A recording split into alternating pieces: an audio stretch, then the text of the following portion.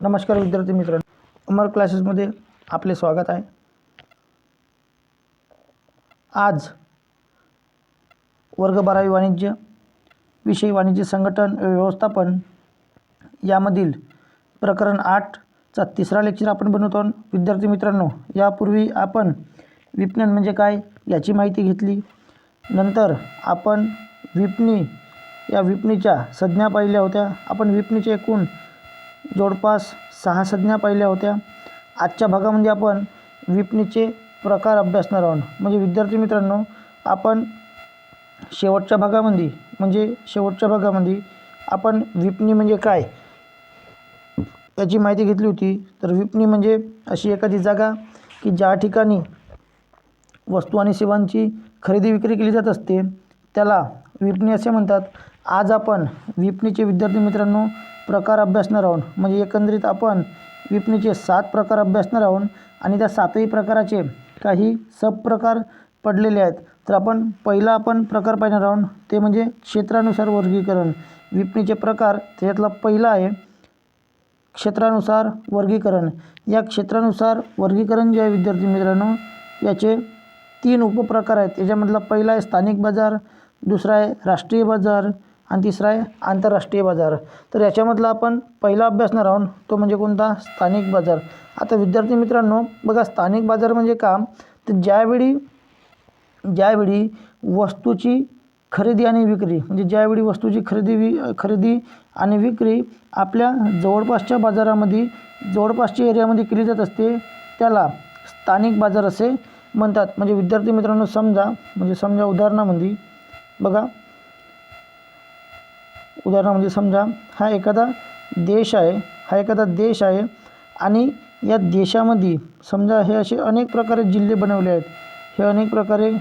बनवले आहेत आणि एखादा व्यक्ती या ठिकाणी म्हणजे या जिल्ह्यामध्ये वस्तूचं एखादं उत्पादन करत आहे आणि उत्पादित केलेली वस्तू या जवळपासच्याच आपल्या एरियामध्ये विकून राहिलेला आहे। आपल्या जवळपासच्याच एरियामध्ये विकून राहिला, या आपल्याच जिल्ह्यामध्ये विकत आहे। तर अशा बाजाराला विद्यार्थी मित्रांनो आपण स्थानिक बाजार असे म्हणतो। म्हणजे स्थानिक बाजारामध्ये ज्यावेळी एखादी वस्तूची विक्री केली जात असते, त्यावेळी ते आपला एरिया सोडून ह्या अशा बाकीच्या एरियामध्ये जाऊन वस्तूची विक्री करत नाही। म्हणजे विद्यार्थी मित्रांनो, स्थानिक बाजार म्हणजे असा की आपल्या जवळपासच्या दुकानामध्ये आपल्या जवळपासच्या एरियामध्ये वस्तूची खरेदी विक्री केली जात असते, त्याला स्थानिक बाजारपेठ असे म्हणतात। नंतर आपण विद्यार्थी मित्रांनो दुसरा पाहणार आहोत, दुसरा कोणता? राष्ट्रीय बाजारपेठ। आता बघा, राष्ट्रीय बाजारपेठ हे दुसरा पाहणार आपण, राष्ट्रीय बाजारपेठ। आता बघा, राष्ट्रीय बाजारपेठ म्हणजे काय? तर समजा आपण हा एखादा देश काढतो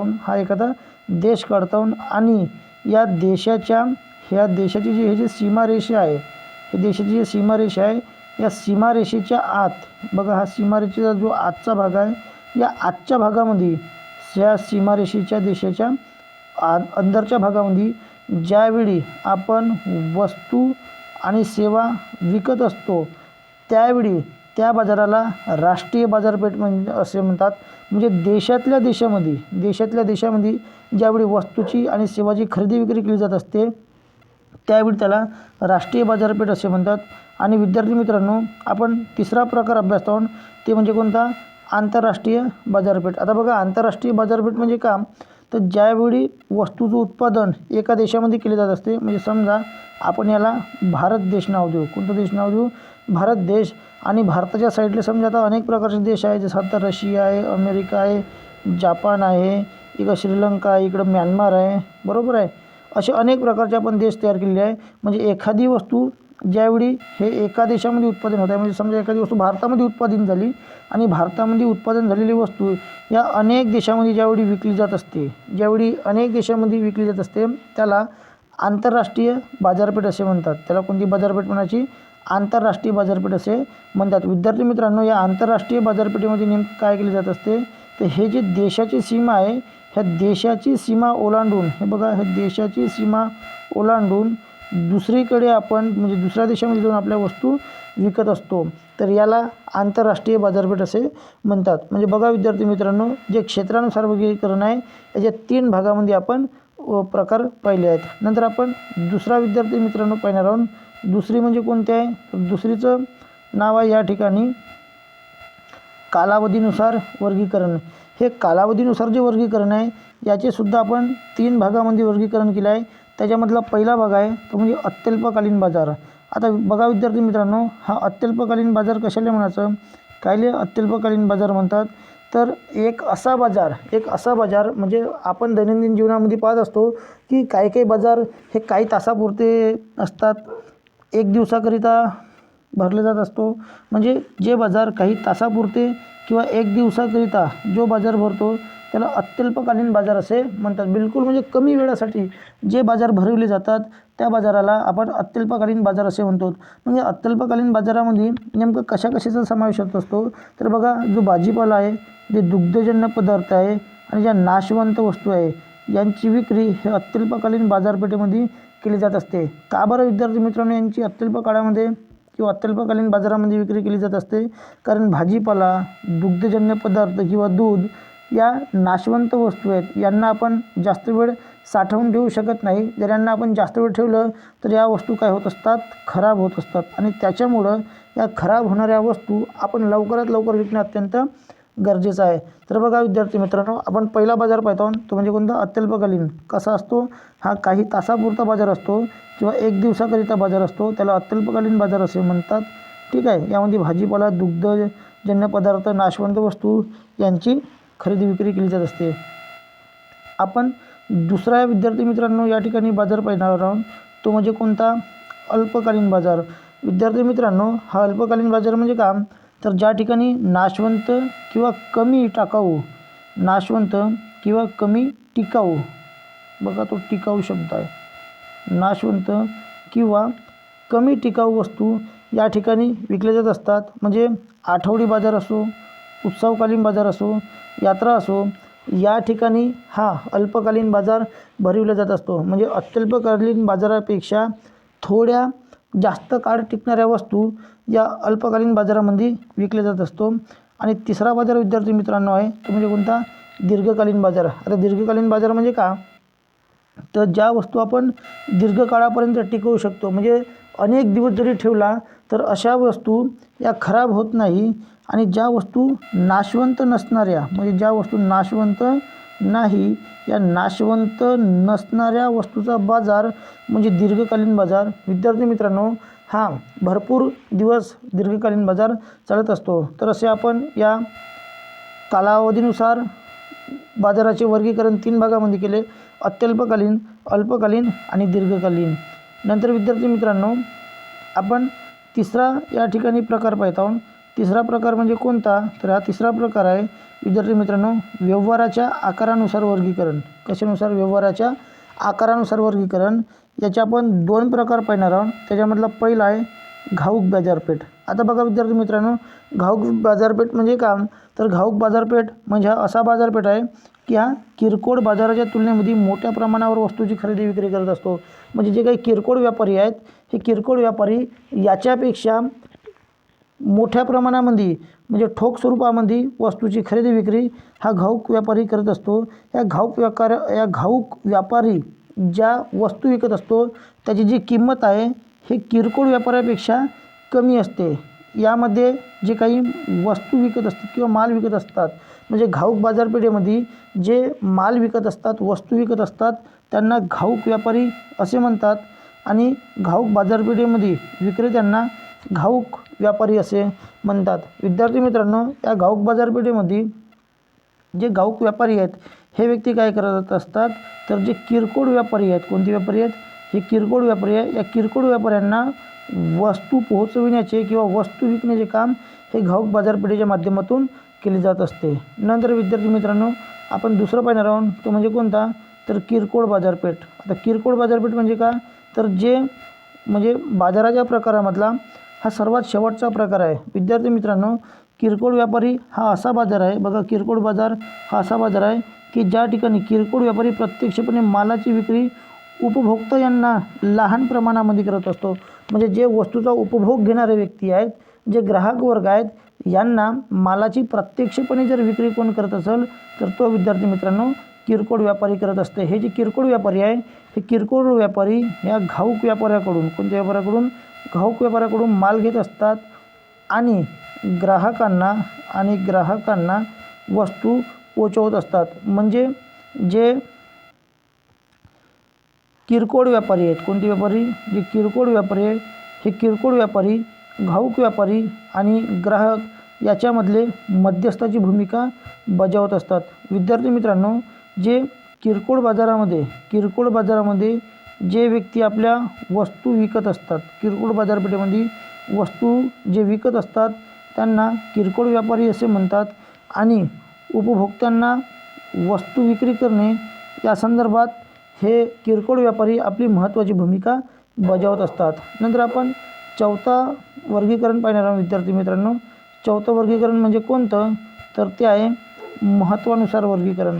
आता महत्त्वानुसार वर्गीकरण आपण याचे 3 प्रकार पाहणार आहोत. त्याच्यामधला पहिला आहे प्राथमिक बाजार. विद्यार्थी मित्रांनो बघा, प्राथमिक बाजार म्हणजे काम तर ज्यावेळी किंवा या बाजारामध्ये जो काही कच्चा माल आहे, म्हणजे नैसर्गिक संसाधनापासून जो काही तयार झालेला कच्चा माल आहे, हा कच्चा माल या प्राथमिक बाजारामध्ये विकला जात असतो. बघा, जसं कृषी, जंगल उत्पादन, फळे, भाजीपाला इत्यादी उत्पादनाशी संबंधित जो काही बाजार असतो त्याला प्राथमिक बाजार असे म्हणतात. म्हणजे विद्यार्थी मित्रांनो, जो निसर्गातून निघणारा जो काही कच्चा माल आहे, या कच्च्या मालाचा समावेश हा प्राथमिक बाजारामध्ये केला जात असतो. नंतर आपण दुसरा बाजार पाहणार आहोत, तो म्हणजे दुय्यम बाजार. आता दुय्यम बाजार म्हणजे काम तर जो प्राथमिक बाजारामधून जो काही कच्चा माल निघत असतो त्या कच्च्या मालावर प्रक्रिया केली जाते असते. बघा, या कच्च्या मालावर काय केली जात असते? प्रक्रिया केली जात असते आणि प्रक्रिया करून हे अर्ध्या पक्क्या मालामध्ये त्याचे रूपांतर केले जात असते. ह्या अर्ध्या पक्क्या मालाचा जो बाजार आहे त्या बाजाराला आपण दुय्यम बाजार असे म्हणतो. म्हणजे समजा प्राथमिक बाजारामध्ये आपण जर कापूस काढला, तर या दुय्यम बाजारामध्ये काय करत असतो? या कापसापासून सूत बनवलं जाते. कापसापासून काय बनवलं जाते? सूत बनवलं जात असते. तर या सूताचा जो बाजार आहे याला आपण दुय्यम बाजार असे म्हणतो. बघा, सूत असेल, नंतर लोह असेल, या बाजाराचा समावेश दुय्यम बाजारामध्ये केला जात असतो. नंतर विद्यार्थी मित्रांनो, आपण तिसरा बाजार पाहून तो म्हणजे मुदत बाजार. आता विद्यार्थी मित्रांनो, मुदत बाजार म्हणजे काम तर या मुदत बाजारामध्ये जो अर्ध्या पक्क्या वस्तू असतात, या अर्ध्या पक्क्या वस्तूवर प्रक्रिया केली जात असते आणि त्यांचे रूपांतर ह्या पक्क्या वस्तूमध्ये केले जात असते आणि ह्या पक्क्या वस्तू या मुदत बाजाराच्या माध्यमातून विकल्या जात असतात. म्हणजे मुदत बाजारामध्ये ज्या फिनिश गुड्स आहेत, ज्या बिलकुल तयार झाल्या आहेत वस्तू, ज्या डायरेक्ट आपण ग्राहकांना उपभोग घेण्यासाठी देऊ शकतो, अशा वस्तू या मुदत बाजारामध्ये विकल्या जातात. नंतर विद्यार्थी मित्रांनो, आपण 5वा प्रकार पाहणार आहोत. आता 5वा प्रकार म्हणजे कोणता? काय आहे 5व्या प्रकाराचं नाव? तर ते आहे वस्तूच्या स्वरूपानुसार वर्गीकरण. आता वस्तूच्या स्वरूपानुसार वर्गीकरण याचे आपण 2 प्रकार पाहणार आहोत. त्याच्यामधला पहिला आहे वस्तू बाजार. आता विद्यार्थी मित्रांनो, वस्तू बाजार म्हणजे काम तर व्यापारी वस्तूंचा जो काही बाजार आहे आणि ज्या बाजारामध्ये अनेक वस्तू आणि साहित्य हे आणि विविध प्रकारचे जे उत्पादनं आहेत हे विकले जातात. म्हणजे ज्या बाजारामध्ये विविध प्रकारच्या वस्तू विकल्या जातात, विविध प्रकारचे साहित्य विकले जातात, विविध प्रकारचे उत्पादन विकले जात असतात, त्या बाजाराला आपण वस्तू बाजार असे म्हणतो. म्हणजे अनेक प्रकारच्या वस्तू ज्या बाजारामध्ये विकल्या जात असतात अशा बाजाराला आपण वस्तू बाजार असे म्हणतो. नंतरचा दुसरा बाजार आपण पाहणार आहोत, तो म्हणजे कोणता? भांडवल बाजार. विद्यार्थी मित्रांनो, या देशामध्ये अनेक अशा या व्यापारी म्हणा, अनेक प्रकारच्या व्यापारी म्हणा किंवा या व्यवसाय संस्था म्हणा, या व्यापारी आणि व्यवसाय संस्था या देशामध्ये मोठ्या प्रमाणामध्ये आहे. आणि या असलेल्या व्यापारी आणि व्यवसाय संस्थांना मोठ्या प्रमाणामध्ये पैशाची गरज असते, मोठ्या प्रमाणामध्ये भांडवलाची गरज असते. म्हणजे या व्यवसाय संस्थांना आवश्यक असणारे जे काही दीर्घ मुदतीचे, बघा हा अत्यंत महत्त्वाचा शब्द आहे, जी दीर्घ मुदतीचे जे भांडवल लागते, हे दीर्घ मुदतीचे भांडवल कर्जाऊ रकमांच्या संबंधात ज्या बाजारातून उचलले जाते. म्हणजे जे व्यवसाय संस्था आहे या व्यवसाय संस्थांना लागणारे दीर्घ मुदतीचे जे काही भांडवल आहे, हे दीर्घ मुदतीचे भांडवल कर्जाऊ स्वरूपामध्ये ज्या बाजारामधून घेतले जात असते त्या बाजाराला विद्यार्थी मित्रांनो भांडवल बाजार असे म्हणतात. या भांडवल बाजारामधून आपण दीर्घ मुदतीची कर्ज घेत असतो. म्हणजे जे दीर्घ मुदत म्हणजे भरपूर काळ आपण कर्ज घेतल्यापासून अनेक वर्ष आपल्याला परतफेडीसाठी कालावधी मिळत असतो, अशा बाजाराला आपण भांडवल बाजार असे म्हणतो. 6वा विद्यार्थी मित्रांनो, आपण या ठिकाणी प्रकार पाहून राहिलो त्या 6व्या प्रकाराचं नाव काय आहे, तर तो आहे नियमनाच्या आधारे वर्गीकरण. आता बघा, नियमनाच्या आधारे वर्गीकरण याचे 2 प्रकार आपण पाहणार आहोत. तो म्हणजे कोणता, एक आहे नियंत्रित बाजार आणि दुसरा आहे अनियंत्रित बाजार. याला दुसरं नाव आहे मुक्त बाजार. आता नियंत्रित बाजार म्हणजे विद्यार्थी मित्रांनो का, तर असा बाजार की ज्या बाजारावर कायद्याने बंधनं घातलेले असतात किंवा कायद्याने लक्ष ठेवले जात असते, असा बाजार म्हणजे नियंत्रित बाजार. विद्यार्थी मित्रांनो, कायदेशीर बाबींचे नियमन लक्षात घेऊन बाजार चालवला जात असतो. म्हणजे काही आपल्या देशामध्ये जे काही कायदे तयार केलेले आहेत, या कायद्यांचा आदर करून, या कायद्यांचा सल्ला घेऊन आणि कायदे हे भंग होणार नाही अशा पद्धतीने जो बाजार केला जात असतो त्याला नियंत्रित बाजार असे म्हणतात. विद्यार्थी मित्रांनो, आपल्या देशामध्ये जो भाग बाजार आहे, म्हणजे ज्या ठिकाणी भागांची खरेदी विक्री केली जात असते, जो काही वस्तू बाजार आहे, म्हणजे ज्या ठिकाणी विविध प्रकारच्या वस्तू विकल्या जात असतात, विदेशी चलनाचा जो बाजार आहे, यांचा समावेश हा नियंत्रित बाजारामध्ये होत असतो. आणि नियंत्रित जो काही बाजार आहे, हा नियंत्रित बाजार मागणी आणि पुरवठ्याच्या प्रभावावर हा चालत नसतो. दुसरा विद्यार्थी मित्रांनो आपण प्रकार पाहणार आहोत, तो म्हणजे कोणता, तर दुसरा आहे अनियंत्रित किंवा मुक्त बाजार. अनियंत्रित किंवा मुक्त बाजार, या बाजारावर नियमाचे बंधन नसते. म्हणजे विद्यार्थी मित्रांनो, जे काही देशातले नियम आहे याच्यावर तेवढ्या प्रमाणामध्ये बंधन घातलेले नसतात आणि मागणी आणि पुरवठ्याच्या प्रभावाखाली हा अनियंत्रित किंवा मुक्त बाजार विद्यार्थी मित्रांनो चालत असतो. आणि आपण 7वा विद्यार्थी मित्रांनो पाहणार आहोत. 7वा म्हणजे कोणता, तर तो आहे स्पर्धेच्या आधारे वर्गीकरण. आता विद्यार्थी मित्रांनो बघा, जे स्पर्धेच्या आधारे वर्गीकरण आहे याच्यामधलं आपण पहिला पाहणार आहोत पूर्ण स्पर्धा. बघा विद्यार्थी मित्रांनो, पूर्ण स्पर्धेचा बाजार म्हणजे का, तर ज्या बाजारपेठेमध्ये असंख्य ग्राहक व्यक्ती असतात आणि असंख्य विक्रेते असतात. ह्या असंख्य ग्राहक आणि असंख्य विक्रेते असतात आणि ज्या बाजारामध्ये एकजिनसी वस्तूंची खरेदी विक्री केली जात असते. एकजिनसी वस्तू म्हणजे कशा, ज्या सारख्या वस्तू आहेत, ज्याचे रंग, रूप, चव, आकार ह्या समान प्रमाणामध्ये, सारख्या प्रमाणामध्ये आहे, अशा वस्तूंचा बाजार म्हणजे पूर्ण स्पर्धेचा बाजार. या पूर्ण स्पर्धेच्या बाजारपेठेमध्ये विद्यार्थी मित्रांनो असंख्य ग्राहक असतात, असंख्य विक्रेते असतात आणि जे ग्राहक व्यक्ती असतात त्या ग्राहकांना आणि विक्रेत्यांना बाजारपेठेचे संपूर्ण ज्ञान असते. म्हणजे सर्व त्या बाजाराची माहिती असते. बाजारामध्ये एखाद्या वस्तूची किंमत किती आहे, बरोबर आहे, तिचा पुरवठा कसा आहे, मागणी कशी आहे, कधी वस्तूची किंमत कमी होते, कधी वस्तूची किंमत वाढते, या सर्व गोष्टीची माहिती ग्राहकांना आणि विक्रेत्यांना असते. त्याच्यामुळे कोणताही एक व्यक्ती वस्तूच्या मागणी आणि पुरवठ्यावर हा प्रभाव टाकू शकत नाही. ह्या पूर्ण स्पर्धेमध्ये विद्यार्थी मित्रांनो असंख्य ग्राहक असतात आणि असंख्य विक्रेते असल्याने एकच किंमत सर्व ठिकाणी असते. म्हणजे समान वस्तू असते, त्याच्यामुळे एकच किंमत सर्व ठिकाणी असते. दुसरा विद्यार्थी मित्रांनो आपण पाहणार आहोत, दुसरा म्हणजे कोणता, तो म्हणजे अपूर्ण बाजार. आता अपूर्ण बाजार म्हणजे का, तर ज्या ठिकाणी वस्तूचा एकच विक्रेता असतो आणि विक्रेता हा किमतीवर नियंत्रण ठेवत असतो, ठीक आहे, त्या बाजाराला अपूर्ण बाजार म्हणतो. या अपूर्ण बाजाराचे जे वर्गीकरण आहे आपण ते खालीलप्रमाणे पाहणार आहोत. त्याच्यामधला सर्वात नंबर 1 आहे, तो म्हणजे कोणता, मक्तेदारी. सर्वात पहिला एक म्हणजे कोणता, मक्तेदारी. आता बघा विद्यार्थी मित्रांनो, मक्तेदारी म्हणजे का, कशी परिस्थिती असते मक्तेदारीमध्ये, तर जो काही मक्तेदारी असते या मक्तेदारीमध्ये कोणत्याही वस्तूचा हा एकच उत्पादक असतो आणि विक्रेता असतो. म्हणजे उत्पादन करणाराच हा विक्रेता असतो आणि या ठिकाणी या मक्तेदाराचे म्हणजे एकट्या व्यक्तीचे बाजारावर संपूर्णपणे नियंत्रण राहत असते. मक्तेदारीमध्ये ज्या वस्तू विकल्या जात असतात त्या वस्तूला जवळचा पर्याय नसतो. म्हणजे एकच वस्तू बाजारपेठेमध्ये उपलब्ध असते आणि एकटा विक्रेता असल्याने तो संपूर्ण आपल्या वस्तूच्या पुरवठ्यावर विद्यार्थी मित्रांनो नियंत्रणसुद्धा ठेवत असतो आणि वस्तूच्या किमतीसुद्धा तो स्वतः ठरवत असतो. विद्यार्थी मित्रांनो, ह्या मक्तेदारीमध्ये किंमत भेद केला जात असतो. कोणता भेद केला जात असतो, किंमत भेद. बघा, किंमत भेद हा मक्तेदारीमध्ये केला जात असतो. का बरं, कारण या ठिकाणी असंख्य ग्राहक असतात पण विक्रेता एकच असतो आणि विक्रेता स्वतःच्या मतानं अनेक ग्राहकाकडून वेगवेगळ्या किमतीसुद्धा घेऊ शकतो. याच्यामधला विद्यार्थी मित्रांनो आणखी एक आहे, तो म्हणजे कोणता, तो आहे दयाधिकार बाजार. ह्या दयाधिकार बाजार म्हणजे का, तर या ठिकाणी 2 विक्रेते असतात, 2 विक्रेते आणि एकजिनसी किंवा भिन्न वस्तूंची जी खरेदी विक्री आहे, हे खरेदी विक्री दयाधिकार बाजारामध्ये केली जात असतो. म्हणजे विद्यार्थी मित्रांनो एकंदरीत आपण आजच्या भागामध्ये जे विपणीचे प्रकार आहेत, हे विपणीचे एकंदरीत 7 प्रकार पाहिले आहेत. या 7 प्रकारामध्ये क्षेत्रानुसार वर्गीकरण आपण याचे 3 पाहिले आहेत. त्याच्यामध्ये स्थानिक बाजार, राष्ट्रीय बाजारपेठ, आंतरराष्ट्रीय बाजारपेठ. कालावधीनुसार वर्गीकरण याचे विद्यार्थी मित्रांनो आपण 3 प्रकार पाहिले. अल्पकालीन बाजार, अल्पकालीन बाजार, दीर्घकालीन बाजार. व्यवहाराच्या आकारानुसार वर्गीकरण पाहिले 2 भागामध्ये. घाऊक बाजारपेठ, किरकोळ बाजारपेठ. महत्त्वानुसार वर्गीकरण याचे सुद्धा आपण 3 प्रकार पाहिले. प्राथमिक बाजार, दुय्यम बाजार, मुदत बाजार. वस्तूच्या स्वरूपानुसार वर्गीकरण याचे 2 प्रकार पाहिले.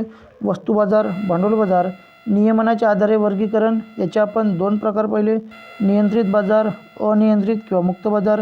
आणि स्पर्धेच्या आधारे वर्गीकरण याच्यामध्ये विद्यार्थी मित्रांनो आपण पूर्ण स्पर्धा आणि अपूर्ण बाजार. या अपूर्ण बाजारामध्ये मक्तेदारी आणि दयाधिकार बाजार असा विद्यार्थी मित्रांनो एकंदरीत आजच्या भागामध्ये आपण जे विपणीचे प्रकार आहे हा भाग संपूर्ण समजावून सांगितलेला असेल. संपूर्ण समजावून सांगितलं आहे. सर्व विद्यार्थ्यांना समजलं असेल. व्हिडिओ जर आवडला असेल विद्यार्थी मित्रांनो तर लाईक करा, शेअर करा आणि सबस्क्राईबसुद्धा करा. धन्यवाद.